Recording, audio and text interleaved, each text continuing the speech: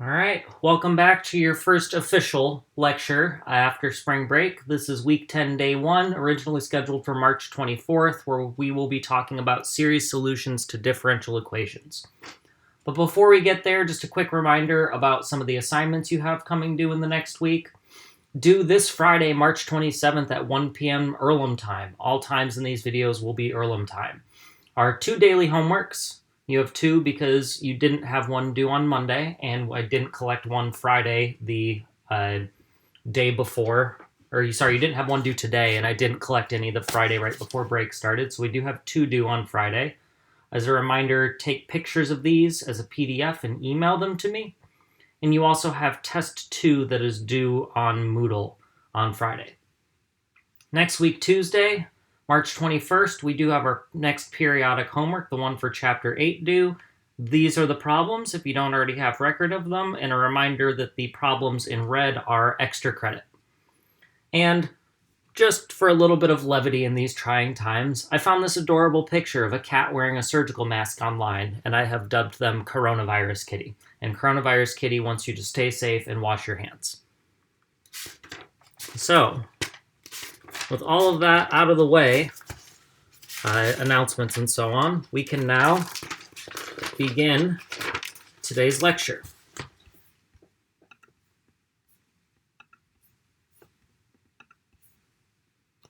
So, today's lecture, which is still week 10, day 1, we are going to be talking about series solutions to differential equations. And this is the subject for all of Chapter 12.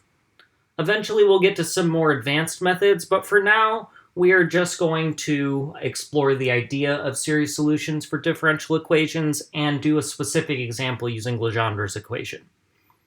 And the first and most important question to ask yourself when learning a new mathematical method is, when on earth should I use this?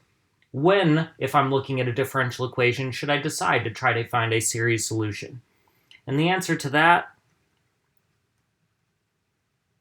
is that you should only try a series solution when solutions in terms of elementary functions are not possible.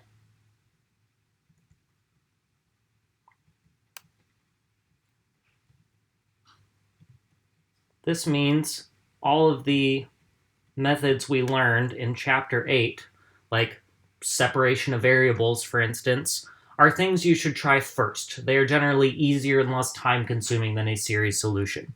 A series solution also gives you an approximate solution, unless your computer can actually keep an infinite number of terms. So, if you can solve a differential equation another way, do it. But if you can't figure anything else out, or you can't find an analytical solution, assuming a series solution will work. And we are going to work with homogeneous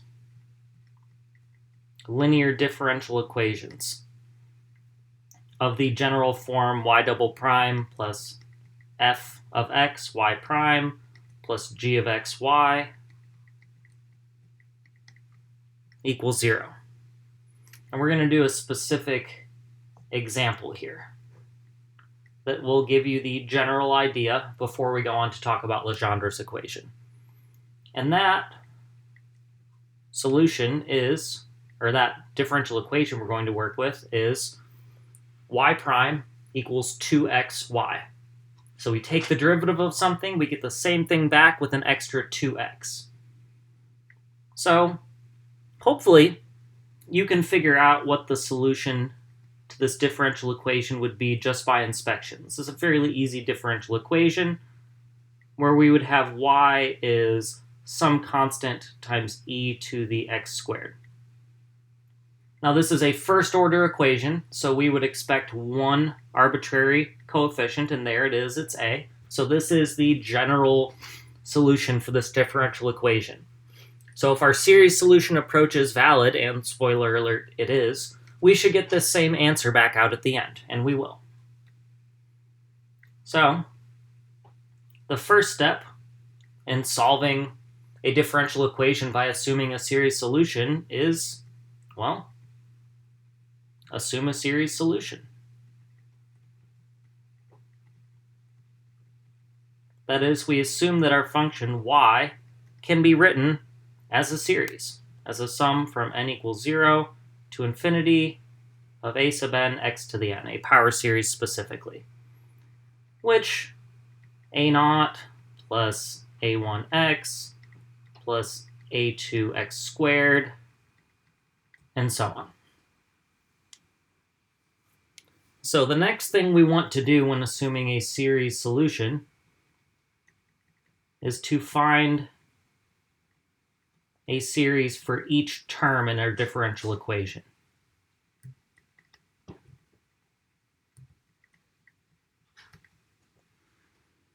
So I'm going to do these separately. First, y prime. Well, we need to take the derivative of our series. So, taking the derivative of our general term, we get the power out front, x, or n, times a sub n, x to the n minus 1.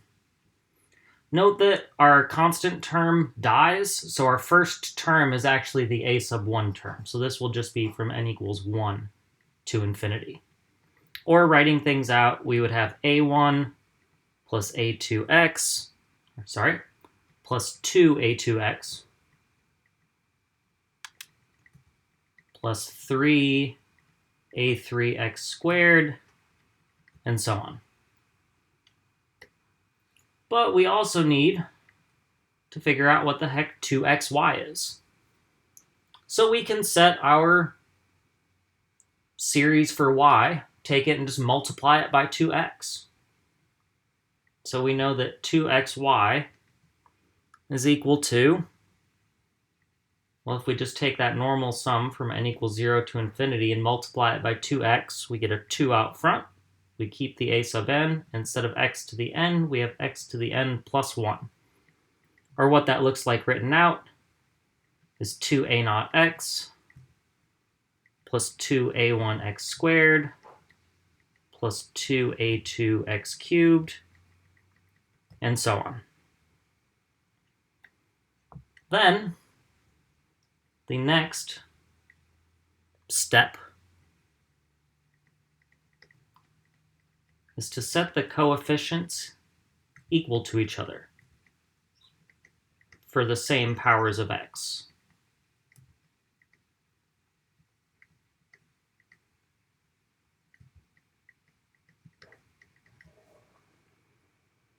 Because if we're going to have two power series that are equal to each other, then the coefficients on one side of the equation for the x cubed term have to equal the coefficients on the other side of the equation for the x cubed term, because power series representations are unique. So we can do this individually, kind of term by term. So for the x to the 0 term, well, we look at our terms that have x to the 0. Here, our x to the 0 term is a1. And on the other side, in our other series, the green one, we don't have an x to the 0 term. So we know that a1 is equal to 0. And then we can look at our x to the 1 term. And these are the two terms we're setting equal to each other now. So if we have 2a2x has to equal 2a naught x, and that means 2a2 equals 2a naught, or a2 is the same thing as a naught. What's the value of a naught? It turns out we don't know. A naught can be any number, and it will still be a solution to this differential equation. Some sort of arbitrary constant. Next term would be x squared, where we would look at these two terms. So we have 3a3 equals 2a1. Well, a1 is 0, so that means a3 is also 0. It will turn out all of our odd-numbered a's are 0. Last one we'll do by hand is the x cubed term, which I've left off here, but it would have been 4a4x cubed. So 4a4 is our coefficient for 1, And for the other one, we have 2a2, which tells us that a4 is a2 over 2, which is equal to a0 over 2.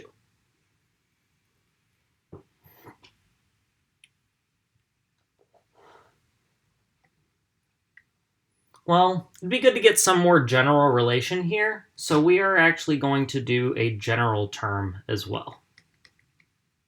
Because unless you want to keep going like this forever, like we were doing in orange, eventually you're going to need to find the general rule. So we need to find some arbitrarily high power of x, and looking at our series down here in blue and green for the individual terms in our differential equation, well, our y prime term is already in terms of x to the n minus 1. So let's just have our general term be x to the n minus 1. You could do another power of x and it would still work. So for y prime, the coefficient from our x to the n minus 1 term is n times a to the n. And now we need to take this right here, set that equal to our coefficient for the x to the n minus 1 term for our other term in this equation, the 2xy. But our general term here is x to the n plus 1 power. So what we need to do here is replace all of our n's with n minus 2's. That way, x to the n plus 1 becomes x to the n minus 2 plus 1, or x to the n minus 1, which is what we want.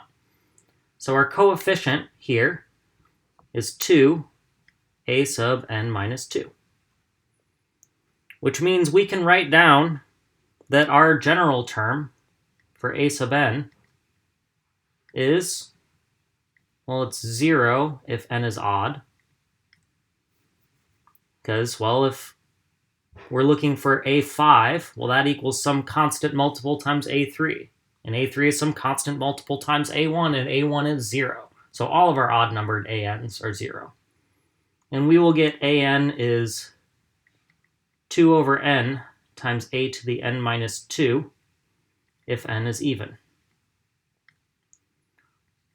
Or if we let, since we only want odd powers, or sorry, we only want even powers of x, we'll just let n equal 2m. So we can replace all of our n's with 2m, and we have, oh, now we don't need this anymore. So now we just have a sub m is 2 over 2m times a to the, oops, that's not right.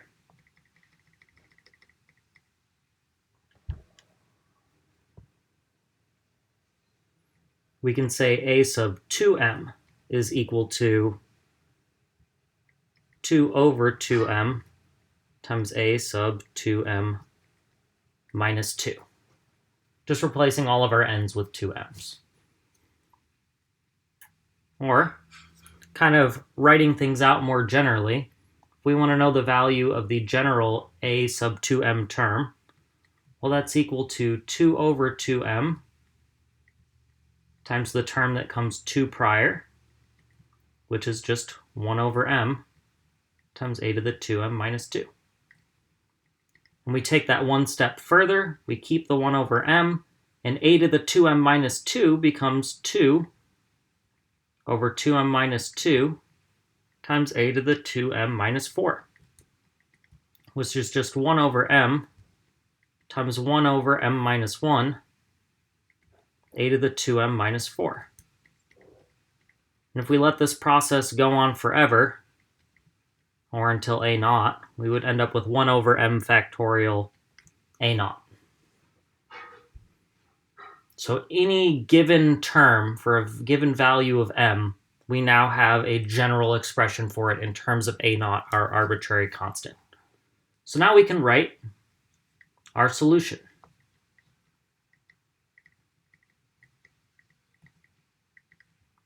Y is going to be equal to the sum from m equals 0 to infinity, or from n equals 0 to infinity with only even values allowed, of a naught x to the 2m over m factorial, which is equal to a naught times 1 plus x squared plus x to the 4th over 2 factorial plus x to the 6th over 3 factorial plus x to the 8th over 4 factorial, not 8 factorial, and so on. And this is our answer. This is the solution to our differential equation in series form. Now, sometimes when you write things this way, you will get a series that you cannot easily identify, and that's okay. This can be an approximate method, and that's acceptable.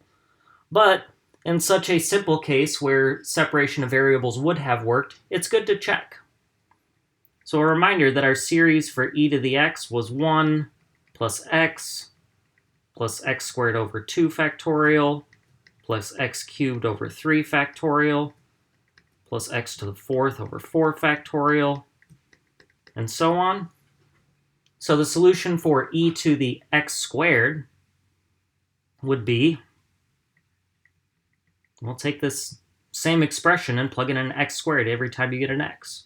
1 plus x squared plus x squared squared, which is x to the 4th over 2 factorial, plus x squared cubed, which is x to the 6th over 3 factorial, plus x to the 8th over 4 factorial. And would you look at that? That is the same thing as what's in parentheses down here. And then that coefficient we have out front, this arbitrary a naught, is the same arbitrary coefficient as the a we found by separation of variables before. So this is the general solution method for finding a series solution to differential equations. We assume a series solution, we find series for each terms in our differential equation, and we set the coefficients equal to each other for the same powers of x. We can get our first few terms just by inspection, but at the end of the day, we do want to find a general term for a general relation between these coefficients. Then once we have the coefficients, we just write ourselves as the solution, and we have at least an approximate form of the solution to this differential equation.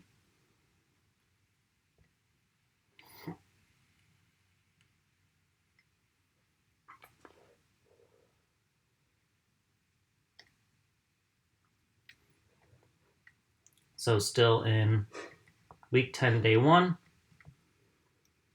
we are going to now apply this approach to Legendre's equation. Legendre's equation pops up fairly frequently in physics. It's one of the more famous differential equations you'll see. It has the form 1 minus x squared times y double prime, nope, not plus, minus 2xy prime, plus L times L plus 1, y, equals 0. The most common solutions to this, or the most famous solutions to this differential equation, are polynomials, called the Legendre polynomials, which if you've taken quantum mechanics, you will see those pop up in wave functions as Legendre polynomials of cosine of theta. And this is where all of those come from. So we are going to assume a series solution here. So the first thing I'm going to do is write out this differential equation term by term.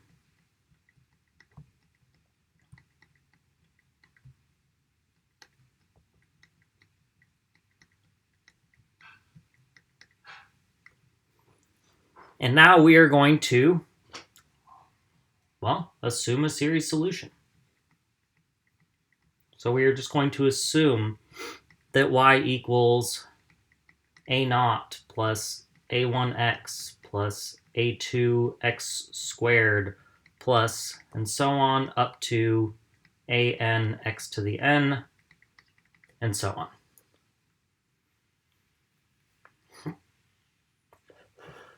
So we now want to write each of the terms in our differential equation in this series form. So we're going to need a couple random ones. One we're going to need is y prime eventually, where we have a1 plus 2a2x plus 3a3 x squared, and so on until you get to n, a sub n times x to the n minus 1. And then we take another derivative, and we get the first term we're going to need in our differential equation, y double prime, is 2a2 plus 6a3x plus, putting an extra few terms here so that you can check the pattern yourselves, 12a4x squared plus 20a5x cubed plus, and our general term is n times n minus 1 times x to the n minus 2, and so on. Well, the next term in our differential equation here is negative x squared times y double prime. So we write a series solution for that. Negative x squared y double prime is this same exact differential equation, or sorry, same exact series we wrote in red, just multiply every term by negative x squared. So we have negative 2a2x squared minus 6a3x cubed minus 12a4 x to the 4, and so on until we get to minus n times n minus 1 times x to the 2n, or sorry, x to the n minus 2 times x squared, which just gives us x to the n. All right, we're getting there. Next one up is negative 2x times y prime. And we're going to take our expression for y prime and just multiply it by negative 2x. So we have negative 2a1x minus 4a2x squared minus 6a3x cubed, and so on until we get to our general term of negative 2n a sub n x to the n. And last but not least, we have the easy one, L times L plus 1 times y.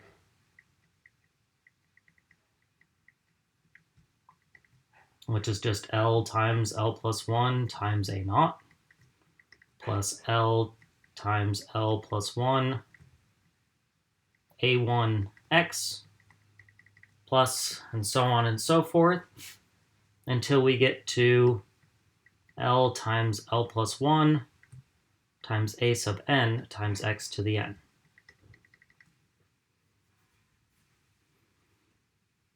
So I didn't label it, but this is really step 2 that I was talking about before, writing each of the terms of our differential equation in terms of each other. So now the coefficients for each x to the n have to add to 0. And to make this happen, we're going to make ourselves a table as just a way to kind of keep track of everything we're dealing with. And I'm going to put that table up here at the top, attempting to draw lines as straight as I can. So we're going to have 4 rows in this table. So I'm going to make those first.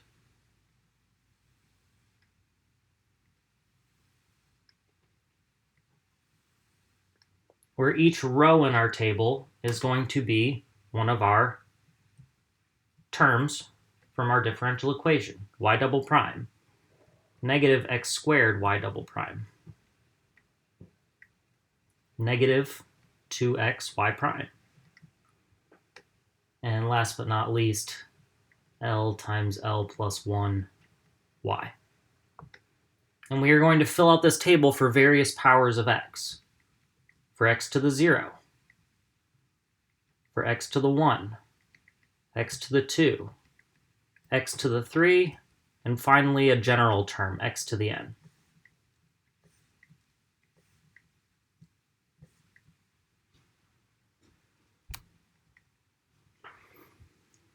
So we fill out each row of this table by just looking at our series we've written for each term. For y double prime in the red ones, we have 2a2 is our coefficient for the x to the 0 power, and then 6a3, and then 12a4, and then 20a5, and then for the general term, note that we want this to be in terms of x to the n power. But what we have for our general term over here to the left is the x to the n minus 2 power. So we have to replace all n's with n plus 2's for this step here. So n becomes n plus 2, n minus 1 becomes n plus 1, a sub n becomes a sub n plus 2, and x to the n minus 2 becomes x to the n, which is the term that we want. Cool. So now we move on to the next one. Now, I recommend that if you're starting to get the pattern here, that you pause the video at this point and try to work out the rest of this table on your own, and then use the video to check your work.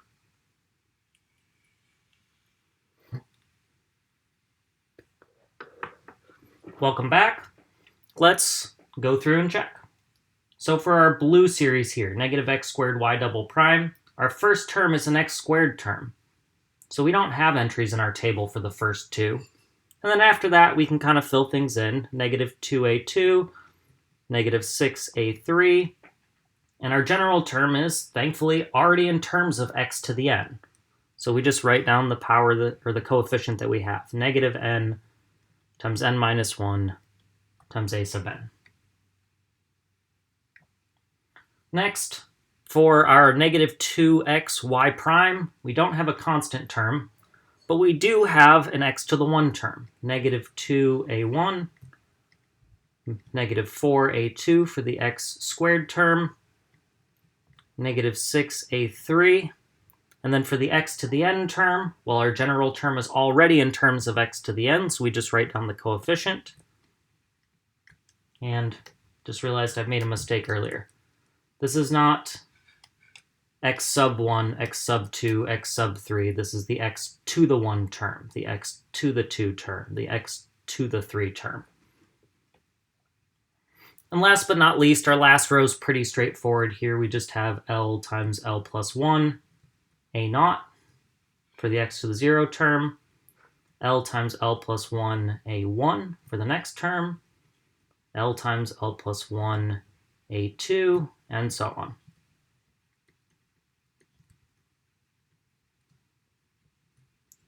You'll notice that a lot of the time, even if you haven't written out a general term over here to the left, sometimes you can kind of figure out what the rule will be for the x to the n term and just work through it that way, but just be really careful. You don't want to get this any of the entries in this table wrong. Well, now we're to the point that the coefficients for each x sub n have to add to 0. So I'm going to come back down here to the left and do a couple of these terms individually. So for the x to the 0 term, we have 2a2, oops, not equals, plus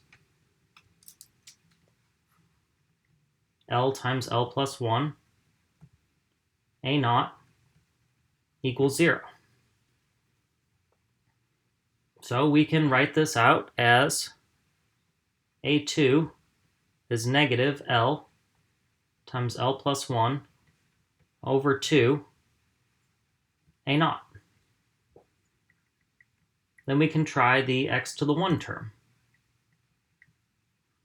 and add up all of that column and set it equal to 0. So 6a3 minus 2a1 plus L times L plus 1 a1 all has to add up to 0.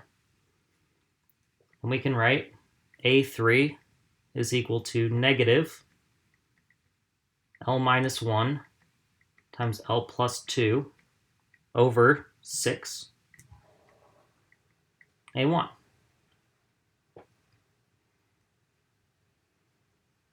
And then for the next term, the x squared term, we have, let's see, third column there. So we have 12A4 minus 2A2 minus 4A2 plus L times L plus 1 times A2 equals 0, which can be solved to give A4 is negative L minus 2 times L plus 3 over 12 A2.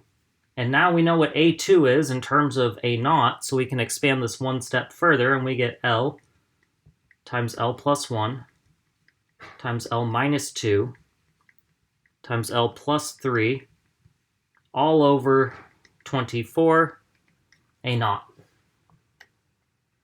If you're trying to look for the general pattern here, something to keep in mind, 2 is equal to 2 factorial, 6 is equal to 3 factorial, 24 is equal to 4 factorial. That can help. Or we can just go directly to the general term.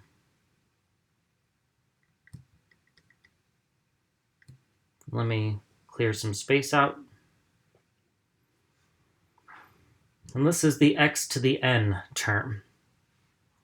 So writing down straight down that last column from our table, we have n plus 2 times n plus 1, a sub n plus 2. And then kind of combining the rest of the terms, since they're all in terms of an, we have plus L squared plus L from the last term. And then combining the middle two terms into one, we end up with a minus n squared minus n, all times a sub n. All of this equals 0. So we can write our general recursion relation here is a sub n plus 2 is negative L minus n times L plus n plus 1 over n plus 2 times n plus 1 times a sub n. And this is our general recursion relation that we can then use to write the overall solution to this differential equation. So I'm going to have to clear some space to do this.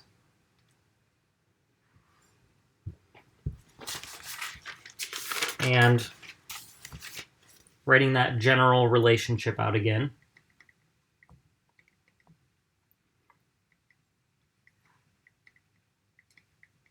So if the simplification here is not obvious, I just recommend grinding through it yourself. It's not too difficult to show once you know how things are supposed to simplify. So there's our general term. And now we write out our full solution.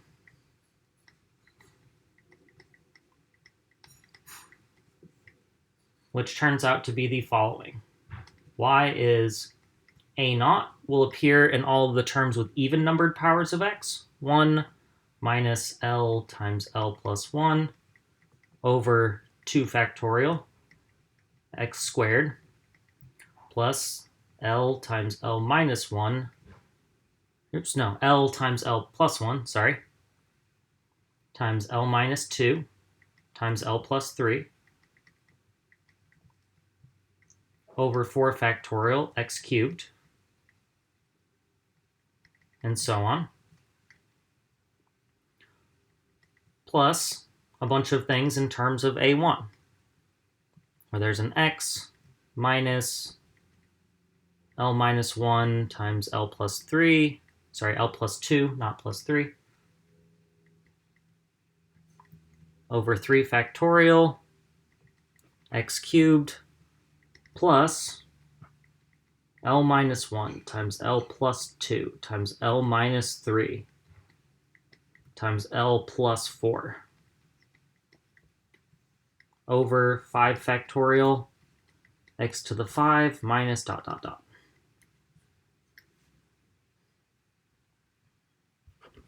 And these are the solutions to Legendre's equations. You will find that this series converges for all x that are between -1 and 1, and will often converge at x equals 1 and -1 as well. The most useful solutions to these are the Legendre polynomials.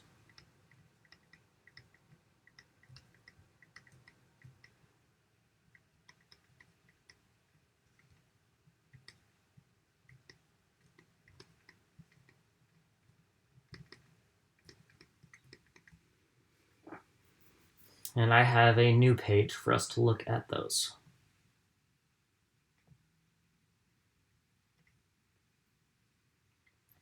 So, if you actually work through figuring out what these Legendre polynomials are, you start to get the following list. The 0th order Legendre polynomial in terms of x is just 1. And you can see that here as this green line at the top in the graph, and we'll get to the graph in a second. P1 of x is just x. P2 of x is 1/2 times quantity 3x squared minus 1.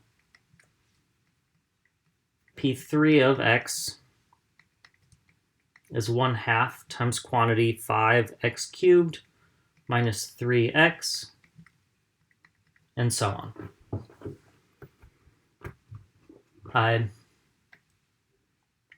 A reminder that A0 and A1 are truly arbitrary in terms of whether these are solutions to Legendre's equation or not.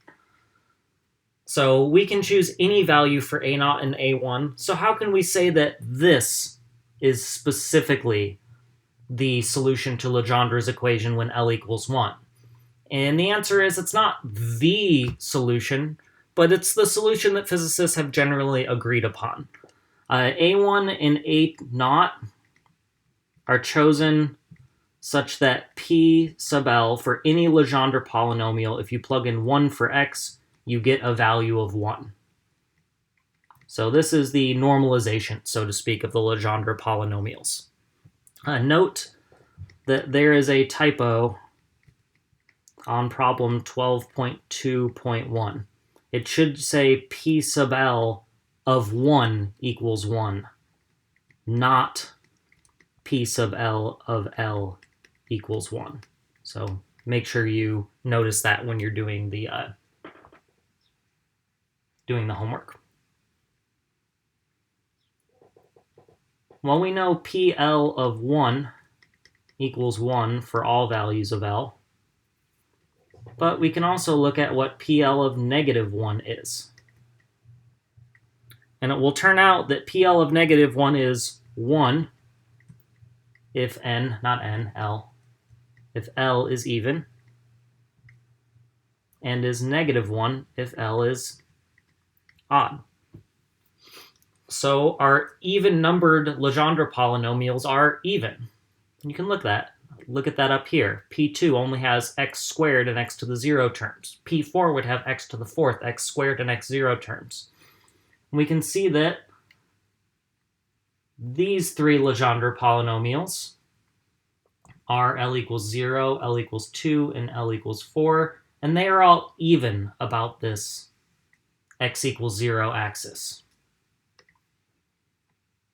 And the other ones, down here, this is L equals 1, L equals 3, and L equals 5.